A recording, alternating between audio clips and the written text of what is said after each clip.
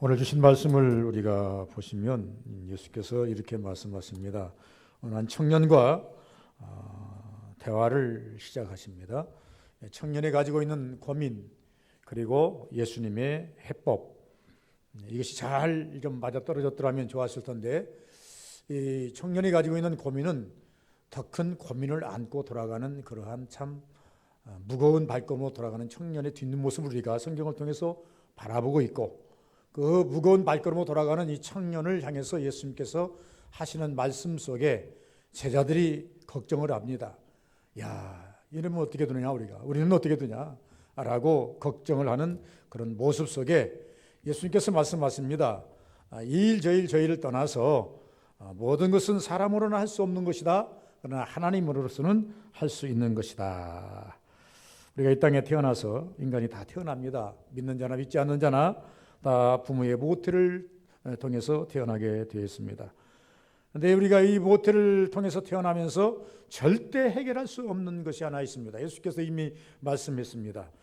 이제 영적인 문제, 천국의 문제는 돈 가지고도 되는 것이 아니고 힘으로, 지혜로, 능력으로 되는 것이 아니라고 말씀을 하셨습니다. 그래서 이것을 가르쳐서 우리가 영적인 문제라 이렇게 명령을 합니다. 그래서 이 영적인 문제는 우리 힘으로 절대 할 수 없음을 말씀해 주고 있다. 그런데 이 본문 속에 보면 청년은 큰 고민을 안고 예수님께 나오는 것을 볼 수 있습니다. 제가 이 큰 고민이라고 이야기를 하는 거 하니까, 여러분, 이 청년은 무엇에 대해서 지금 가지고 왔습니까?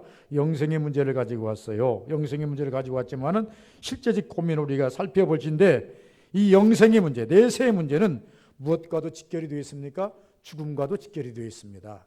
사람이 이제 살다 보면, 나이가 자꾸 먹다 보면 이제 보이는 것이 하나 있습니다. 여러분, 아침에 해가 떠가지고 정오를 지나가면서는 이제 적고 서양이 보이기 시작합니다. 서쪽 하늘이 보이기 시작합니다.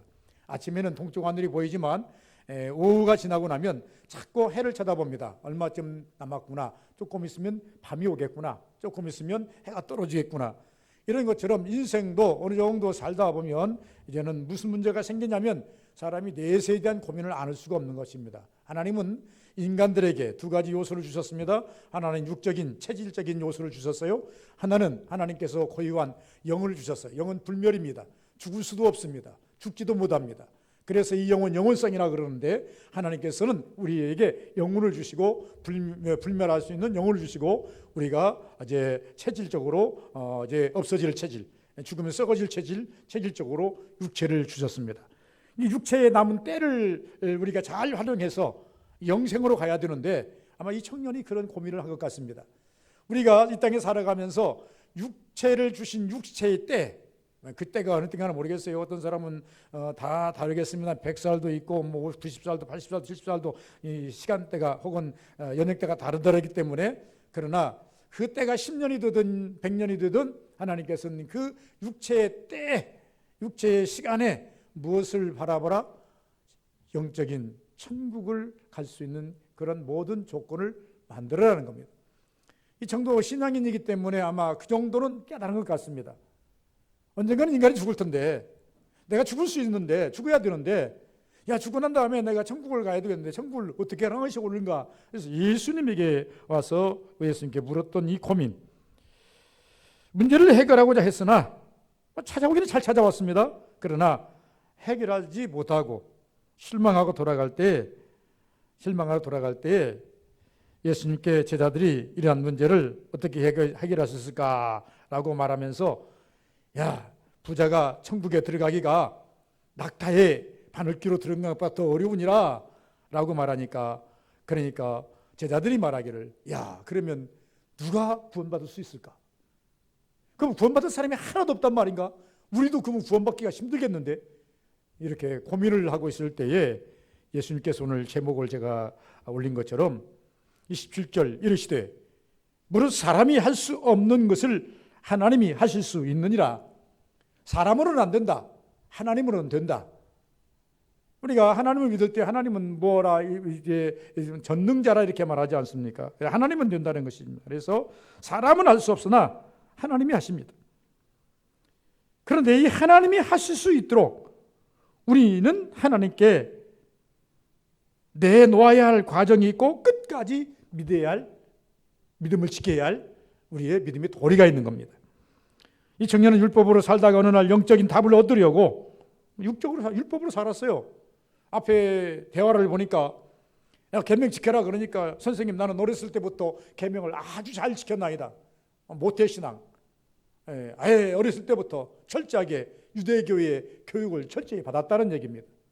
성경도 줄줄 외우고 십계명도 전부 다 외워서 죄 적어도 이 십계명에 명시된 계명으로 명시된 이것은 하나도 안 지키는 것이 아니라 지키려고 애쓰고 노력했고 이만큼 열심을 가진 자가 그렇게 많지 않습니다. 나 지켰나이다 라고 말씀을 하는 것을 보니 그러니 뭐랍니까? 예수께서 말합니다. 그래서 가지고 왔다. 율법을 다 살다가 어느 날 영적인 답을 얻으려고 가지고 왔다는 것 아니겠습니까?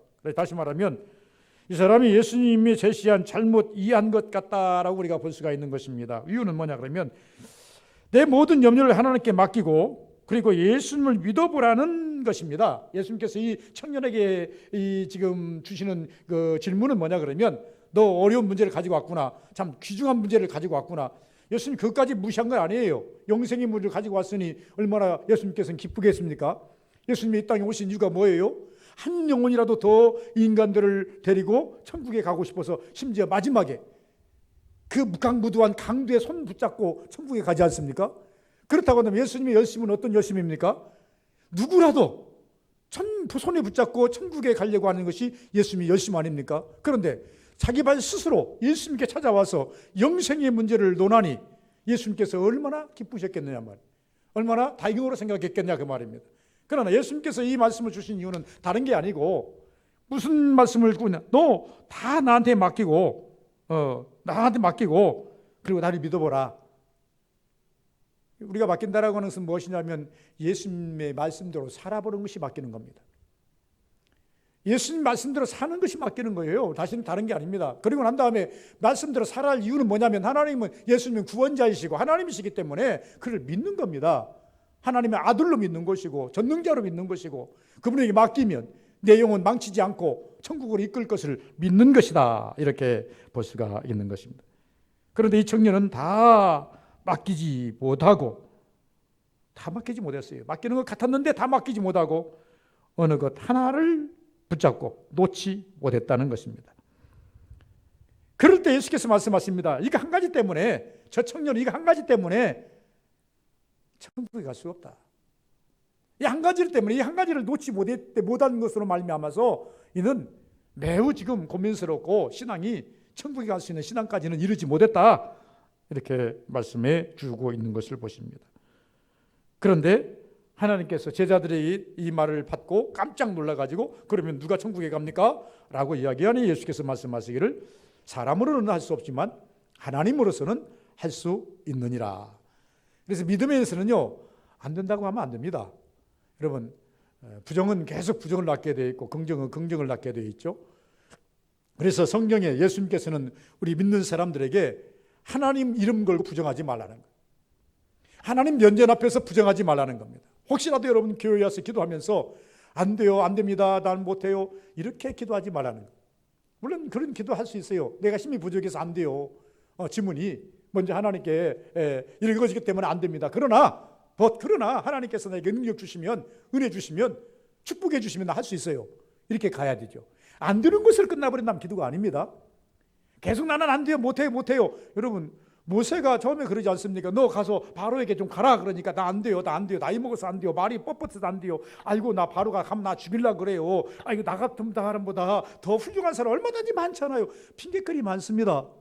우리가요 예수를 믿는데 핑계거리 돼서는 안 돼요. 교회 나오는데 핑계거리 돼서는 안 됩니다. 핑계거리는요 또 다른 핑계거리를 만들게 돼 있어요. 참 사탄은 이상하게도요 핑계거리 하나를 딱 앞세우면요 다시 또 거기다 새끼를 치게 만듭니다. 그래서 이 핑계거리가 안 통하면 이 핑계거리를 댑니다. 이 핑계거리가 안 되면 이 핑계거리를 댑니다. 그래서 어떻게 하든지 하나님의 면전에서 회피하게 만들어요.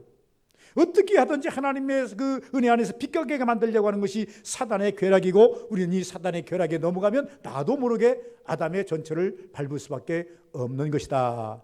우리가 하나님 앞에서 나의 부족을 드러내놓고 기도는 할 수 있으나 그러나 끝까지 버티지는 말자는 겁니다. 하나님 나 이렇게 지혜가 부족해서, 힘이 부족해서, 물질이 부족해서, 건강이 부족해서 하나님이 원하는 걸 나 다 할 수가 없어요. 이것은 현실입니다. 그러나 하나님께서 나에게 능력 주시면, 은혜 주시면, 내 병 고쳐주시면, 내게 물질 주시면, 내게 지혜 주시면, 내게 은혜 주시면 하나님 내가 할 수 있을 줄 믿습니다. 이렇게 나가야 하는 것이 믿음의 방편이라는 것입니다. 그래서 하나님 앞에서는요 절대 안 된다고 해서는 안 된다 이렇게 말입니다. 그런데 이 친구는요 다 했다고 그랬습니다. 한 가지 부족, 이것을 가지고 이 사람이 붙잡고 있음으로 말미암아서 결과적으로 천국에 들어갈 수 없다라고 이야기하니 제자들이 말합니다. 그럼 누가 천국에 들어갈 수 있을까? 이렇게 어렸을 때부터 이 율법을 철저히 지키는 사람도 천국을 못 간다면 누가 천국에 갈 수 있을까? 베드로나 그런 여타 기타의 제자들이 가끔 보니까 아마 이 청년만큼은 율법을 제대로 지키지는 못한 것 같아요. 이 청년이 율법을 지켰다는 것을 보고 자기 자신들이 한 행적을 보니 이 청년보다도 훨씬 떨어져요. 그럼 이런 사람이 천국을 못 간다면 누가 천국에 갈 수 있단 말인가? 여러분 가끔씩 그러지 않습니까? 아이고 목사님이 천국 못 가면 누가 천국 가요? 표상적으로 눈으로 볼 때 여러분 제일 앞선 자, 여러분 앞에 있는 자는 저 하나밖에 없지 않습니까? 전부 다 여러분 앉아가지고 상대방의 뒤숭수를 보고 있지 얼굴 보고 있는 사람 없잖아요. 천만 여러분과 대면하고 보고 있지 않습니까? 그러면 표상적으로 목사님이 제일 앞선 자이고 그리고 신학을 하시고 열심히 하나님께 헌신하려고 작정한 사람 분이기 때문에 저런 분이 천국 못 가면 누가 천국 가겠는가 이렇게 말할 수 있어요. 그런데 예수님께서 오셔서 야 서현수 너는 천국 못 가. 그러면 여기 앉아있는 모든 분들이 아이고 목사님도 천국 못 간다면 우리는 그럼 천국 갈 수 있을까? 이런 식이에요. 열두 제자들이 가만히 생각해 보니 이 청년은 어렸을 때부터 율법을 지켰다는데 우리는 율법을 철저히 지키지도 못했는데 이런 사람이 천국 못 가면 누가 천국 간단 말인가? 라고 설명을 하고 있다 그 말이에요. 하나님이 하십니다. 그러면서 하나님이 왜 어떻게 하십니까? 여러분 하나님이 하시는 방법이 여러 가지가 있는데 그 방법 중에서 먼저 우리가 22절 27절을 한번 제가 읽어보겠습니다. 예수께서 이 말씀을 들으시고 이르시되 다 지켰나이다. 21절의 말씀을 들으셨어요. 그러니까 지켰나이다 들으시고 이르시되 내가 아직 한 가지 부족한 것이 있으니 내게 있는 것 다 팔아 가난한 자에게 나눠주라. 그리하면 하늘에서 내게 보화가 있으리라. 그리고 와서 나를 따르라.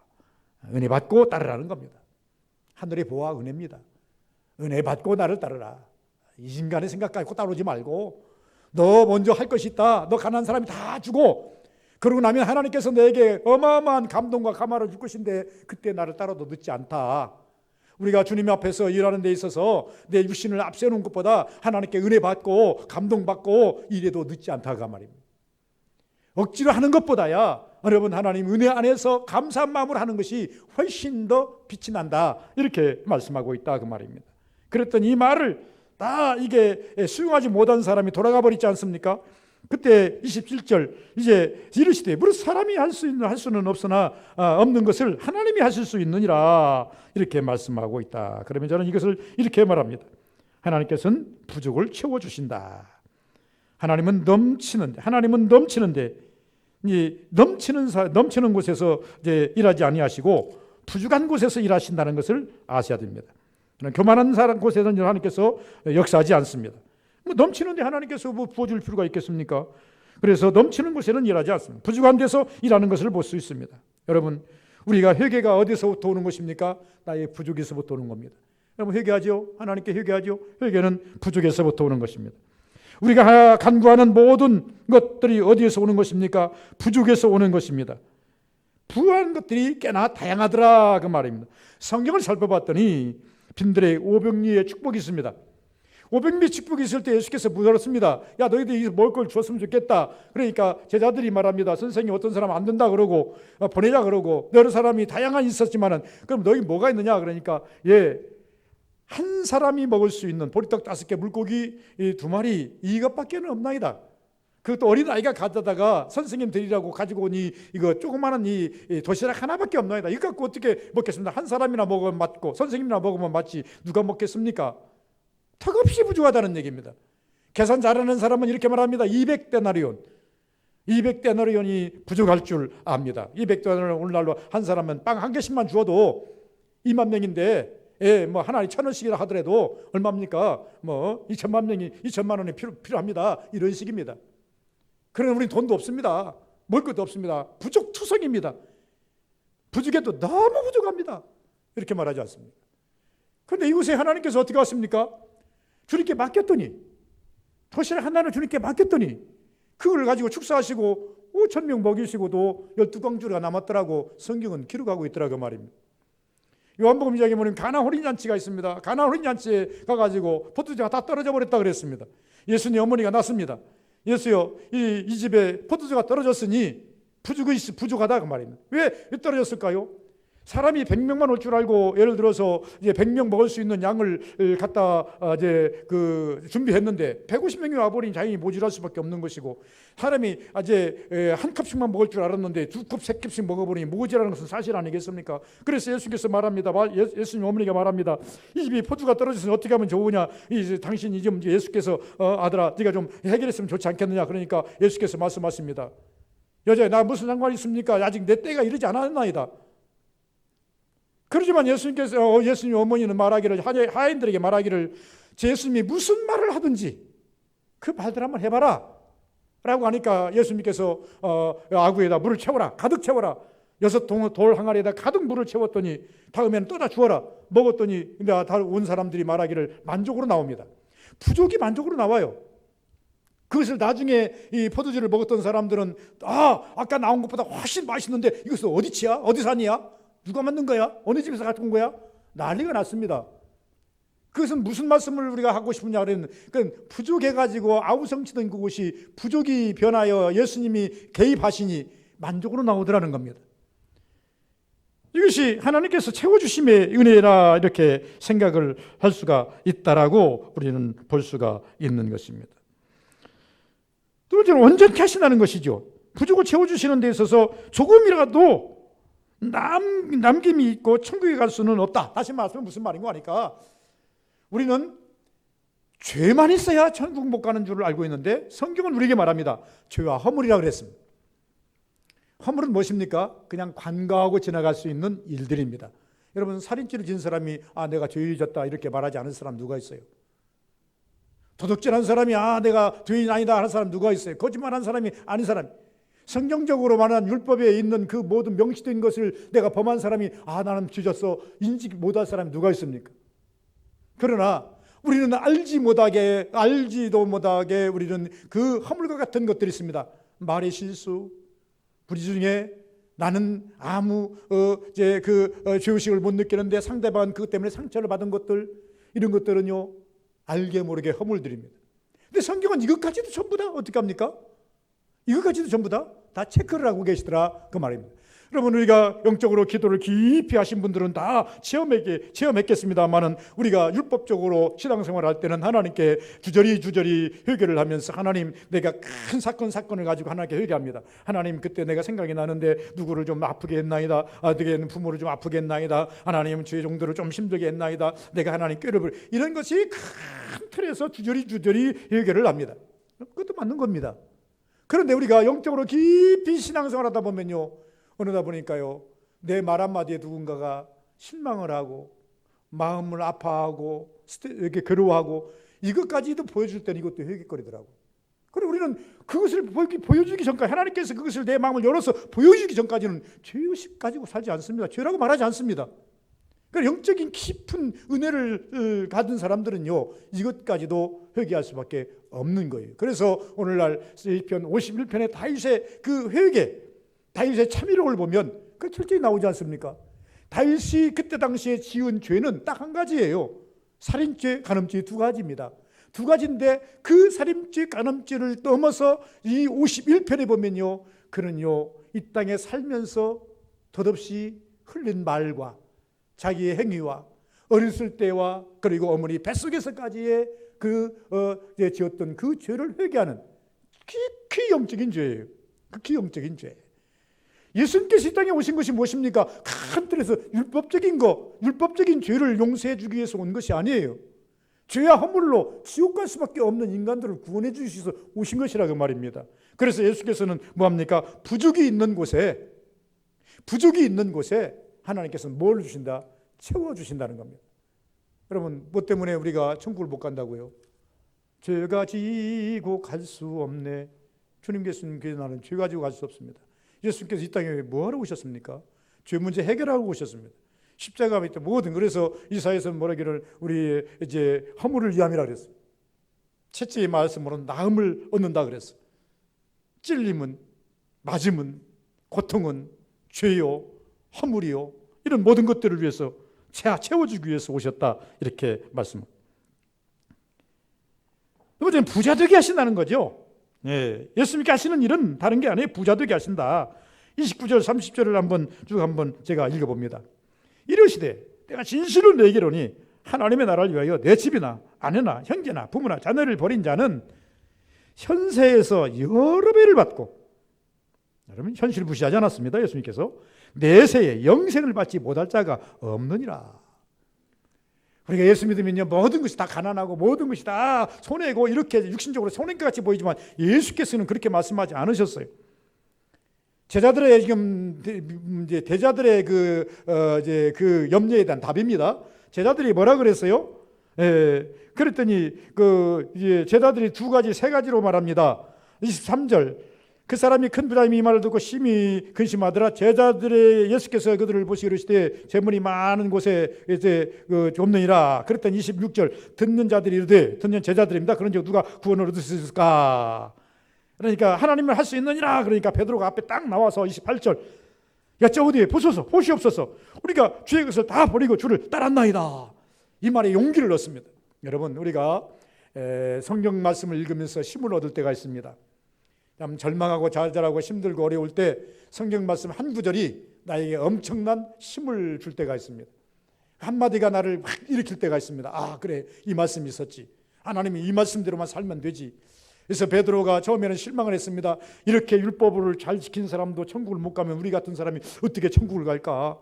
염려가 있을 때 예수께서 말씀하시기를 이제 말하기를 누가 구원을 있을까? 하나님이 할 수 있느니라. 그러니까 자기 의를 또 발휘합니다. 어찌 보소서 우리가 우리 것을 다 버리고 주를 따랐나이다. 우리는 다 버리고 주를 저 사람 같지 않고 다 버리고 따랐나이다 라고 하니까 예수께서 그 말씀을 들으시고 하시는 말씀이 현세에는 30절 여러 배를 받고 내세에 영생을 받지 못할 자가 없느니라. 너희들은 염려하지 말라. 제자들에게 말합니다. 너희들 그런 염려하지 말아라. 너희들은 이미 나를 따름으로 다 너희 가족을 다 버리고, 예수께서 뭐라고 했어요? 베드로에 향해서 말하기를 베드로야 나를 따르라. 내가 너를 삼당 너무 가리라. 그러니까 베드로가 어떻게 했어요? 그물과 배를 놓아두고 가족도 뒤로 하고 그날 즉시 누구를 따랐어요? 예수님을 따라갔어요. 청년은 못 따라가잖아요.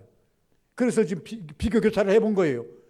이 청년은 와가지고 야 딸을 따르려거든 이렇게 하고 따라와라. 그러니까 이 친구는 주저주저하면서 가버리잖아요. 근데 어느 날 자기 이 친구에 대한 그 질문한 것을 예수님께서 말씀하신 것을 가만히 상기해 보니까 3년 상기해 보니까 자기는 예수님께서 베드로야 나를 따르라 그러니까 자기는 고기도 놔둬버리고 배도 놔둬버리고 그물도 놔둬버리고 자기 가족도 뒤로 하고 예수님은 그냥 무지개 따라 나왔단 말이에요. 이것이 가시 생각나가지고 예수님께 자랑스럽게 말하는, 선생님 우리는 그때요 선생님이 따르라고 그랬어요. 주머니고 따라 나왔는데요. 그러니까 예수께서 그 말에 대한 말씀, 현세 여러 배를 받고 내세 영생을 받지 못할 자가 없느니라. 저는 여기서 이렇게 말합니다. 육의 부자가 복인가 영의 부자가 복인가. 우리는 가끔씩 영이 복이라고 말하면서 육으로 가고 있다는 거죠. 이 청년이 그렇습니다. 천국에 가는 것이 복이라는 것을 알았어요. 인생의 마지막 종착역은 천국이라는 것을 알았어요. 그럼에도 불구하고 이 청년은요 어디로 갑니까? 영은 말하지만 그 현실은 육을 향해서 가고 있어요. 베드로는 이렇게 말합니다. 우리는요 영을 향해서 왔나이다. 육은 뒤로 했어요. 예수께서 이 말씀을 들으시고 너희는 참 잘했도다 이라고 말합니다. 부자가 되려면 심령이 가난해지라는 거죠.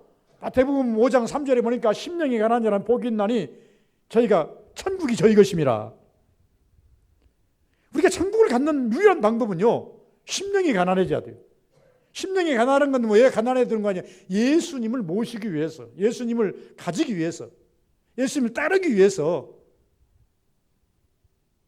내가 보이는 비안의 세계 육신의 것들을 어느 정도는 버려야 된다고 하는 것을 말씀하고 있다는 것입니다. 그러므로 성도들은 항상 마음을 비울 준비를 하고 있어야 됩니다.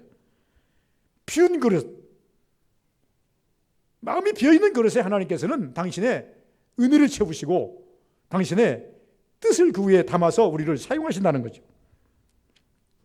더 나아가서 우리가 하나님이 하시는데 이 하나님이 하시는 것을 우리가 잘 알려면 20절로 다시 올라가야 됩니다. 영으로 풀어라. 영은 영으로 풀어라는 겁니다. 예수께서 이 말씀을 들으시고 이러시되 내가 아직도 한 가지 부족한 것이 있으니 내게 있는 것을 다 팔아 가난한 자에게 나눠주라. 그리하면 하늘에서 내게 보화가 있으리라. 그리고 와서 나를 따르라. 영이라고 하는 것은요, 내 기준으로 바라봐서는 안 된다는 것입니다. 나는 부족이 없는데 주님은 아직도 지금 이 청년에게 뭐라고 합니까? 한 가지 부족이 있다고 지금 말하고 있겠습니다. 나는 부족이 없어요. 이 청년이 생각할 때는 자기는 부족이 없어. 아무리 생각해도 자기는 부족이 없는 것 같아. 근데 예수께서는 그 청년에게 말하기를 너는 한 가지 부족이 있다. 이리 말하니 이 청년은 답답할 수밖에 없는 것이죠. 그러므로 우리가 설교하면서 어제 우리 성도들에게 주시는 말씀은 뭐냐면 낮은 부족이 없는데 주님은 아직도 나에게 한 가지 부족이 있다고 말씀하신다.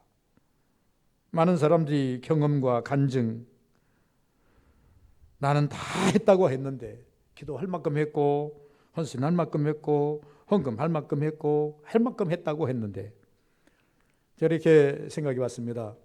여러분, 목사님들이 기도하는 데 있어서 40일 금식이 매우 힘들고 어렵습니다. 40일 금식 한 번 하면 대단한 하나님 은혜도 많이 주십니다. 대단히 다른 사람 못하는 것 했으니까 다 하는 건 아니니까 보통 뭐 하시는 분들이 많이 계십니다만은 한 10%도 안 될 겁니다. 그 정도 했으니까 자부심 가질 만하죠. 그런데 그 자랑거리 아닙니다. 한 번 한 것으로 자랑거리가 어떤 사람 10번도 한 사람도 있습니다. 10번 한 사람 앞에서 무슨 말을 하겠습니까? 10번 한 사람만 앞에 가서 또 서고 싶어 합니다. 10번 했으면 나는 부족합니다. 더 해야 되겠습니다 하는 분이 계십니다. 나는 하루에 기도에 1시간씩 했습니다. 저는 앉는 사람보다야 훨씬 많이 한 것이죠. 앞서가 있는 거죠. 그런데 이 1시간 한 것으로 해서 만족하면 안 됩니다. 다 했다고 하면 안 됩니다. 왜? 2시간 하는 분도 계시고 10시간 하는 분도 계십니다. 이거는요, 기준이라는 건 없어요.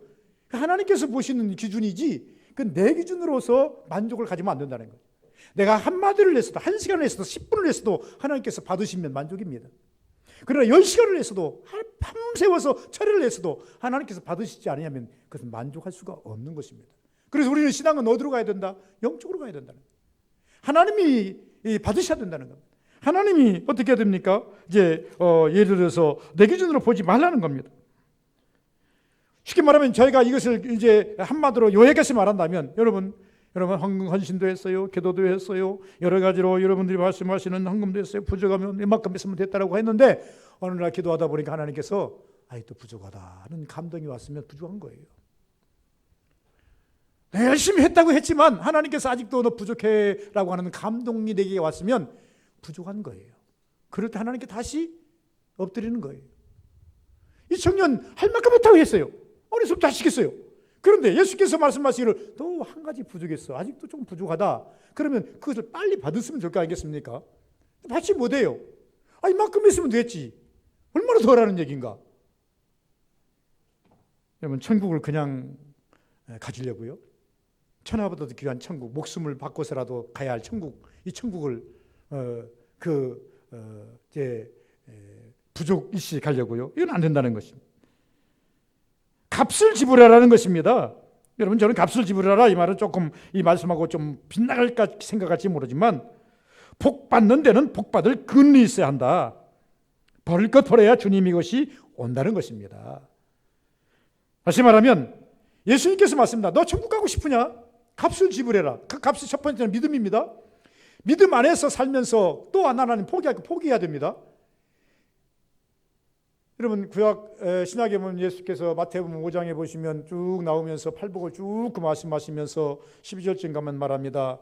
너희는 이제 너희를 위하여 핍박이 오거든 핍박이 나오면 기뻐하고 즐거워하라. 핍박이 오거든 어려움이 오거든 이것을 기뻐하고 즐거워하라. 하늘의 상이 큼이라 피하지 말아라. 우리가 어떻게 보면은 그냥 복 받는 것이 아니라는 거예요. 여러분 계시록을 우리가 읽어보시면서 아시겠지만은 계시록에서 이제 크라이마스의 장면이 나옵니다. 신천 신지 새 예루살렘, 그 어린 양의 보좌, 여기를 우리가 잠깐 성경에서 언급해 놓았습니다. 사도 요한께서 잠깐 언급해 놓았습니다. 어린 양의 보좌가 있고 어린 양 보좌 앞에 24 장로가 있고, 그리고 난 다음에 24 장로 앞에 바로 뒤에 누가 있느냐 그러면요, 이제 피 흘려 순교한 자들이 그 바로 뒤에 있다, 이렇게 말합니다. 우리 교인은 이제 적고 숫자가 많지 않기 때문에 그렇게 자리 구분하지 않습니다만은, 좀 큰 교회 가든지 어느 큰 집회에 가면은요, 반드시 아무나 앞을 못 옵니다. 다 자리가 있습니다.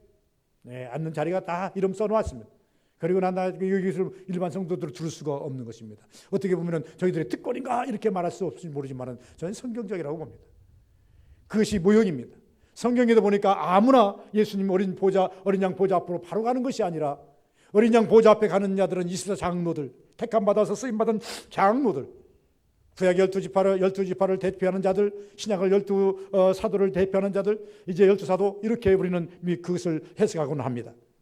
그리고 난 다음에 그 뒤에 순교한 자들, 예수 믿으면서 예수님께서 말씀하신 것처럼 이제 마태복음 5장 산상보험의 말미에 말씀하신 것처럼 핍박하고 너희를 핍박하거든 기뻐하고 즐거워하라.